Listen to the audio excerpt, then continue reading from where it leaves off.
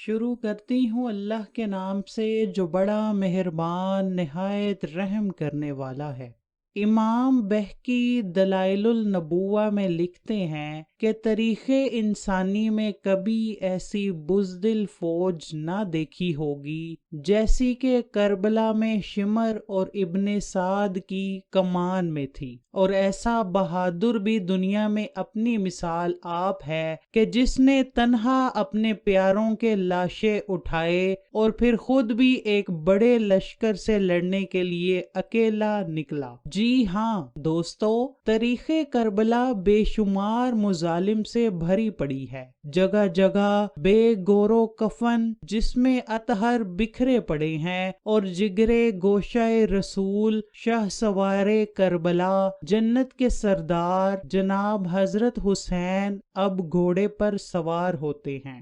جسم لاشیں اٹھا اٹھا کر تھک کر نڈھال ہو چکا ہے، لیکن پھر بھی جب آپ سواری پر بیٹھتے ہیں تو یزیدی فوج میں ہلچل مچ جاتی ہے۔ شمر فوجی دستوں کی صف بندی شروع کر دیتا ہے۔ اب یہاں اس قانون کی دھجیاں اڑائی جاتی ہیں کہ جو عربوں میں مشہور تھا کہ جس میں جب بھی کوئی مقابلہ کے لیے نکلتا تو پہلے انفرادی جنگ کی جاتی، لیکن یہاں سب جانتے تھے کہ یہ شیر خدا کے شیر ہیں، ان کا مقابلہ انفرادی طور پر کون کر سکتا ہے۔ سب نے آقا و دو جہاں صلی اللہ علیہ وآلہ وسلم کا یہ فرمان سن رکھا تھا کہ حضور اکرم نے فرمایا تھا کہ حسین مجھ سے ہے اور میں حسین سے ہوں، لیکن پھر بھی آل نبی کے دشمن یزید کے دربار میں اونچا مقام حاصل کرنے کے لیے نواسہ رسول کے خون کے پیاسے بنے ہوئے تھے۔ اب ہر طرف یہی صدا تھی کہ سیدنا حسین کا مقابلہ کرنے کے لیے میدان میں آپ کے سامنے کون جائے گا۔ مولا علی کے لال سیدنا حسین کا گھوڑا جب میدان میں اترا تو بزدل شمر کہنے لگا کہ یک بارگی حملہ کرنا بہتر ہوگا۔ جی، یہ وہی شاہ سوار ہے کہ جس کے بچپن ہی میں ان کی شہادت کی خبریں عام تھیں۔ ایک دفعہ حضرت جبرائیل امین حضور اقدس صلی اللہ علیہ وآلہ وسلم کی بارگاہ میں حاضر تھے کہ وہاں حضرت امام حسین بھی تشریف لے آئے اور حضور کی مبارک گود میں بیٹھ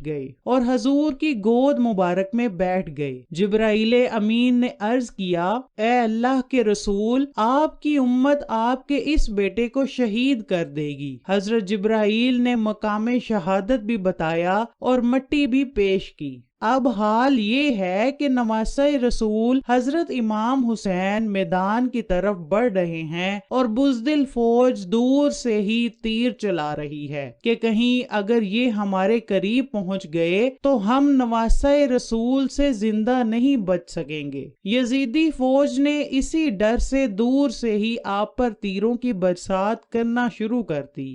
اس طرح مولا حسین کو کافی تعداد میں تیر لگ چکے تھے۔ جب انہوں نے دیکھا کہ نواسہ رسول کو کافی تیروں نے زخم کر دیا ہے تو وہ سب مل کر حضرت حسین پر حملہ کرنے کے لیے میدان کربلا میں اتر آئے، لیکن پھر بھی شیر خدا کے شیر بیٹے جس طرف بھی رخ کرتے یزیدی فوج کی گردنیں اڑا اڑا کر ڈھیر لگاتے رہے۔ اس طرح سے یزیدی فوج بہت ہی خوف زدہ ہو گئی۔ یزیدی فوج حضرت امام حسین کو گھوڑے سے گرانا چاہتی تھی، لیکن ایسا ممکن نہ ہو سکا۔ پھر آپ کے کانوں میں اذان کی آواز سنائی دی تو شاہ سوار کربلا سیدنا حسین نے اپنی تلوار روک دی اور نماز پڑھنے کی مہلت مانگی۔ آپ نے نماز شروع کی تو بدبخت شمر نے مالک کندی کو دلاسا دیا کہ سیدنا حسین پر تم پیچھے سے حملہ کرو، میں یزید سے کہہ کر تمہارا مقام اور رتبہ اعلیٰ کروا دوں گا۔ مالک کندی نے لالچ میں آ کر سیدنا حسین کو نماز پڑھتے ہوئے پیچھے سے وار کیا، جس سے تلوار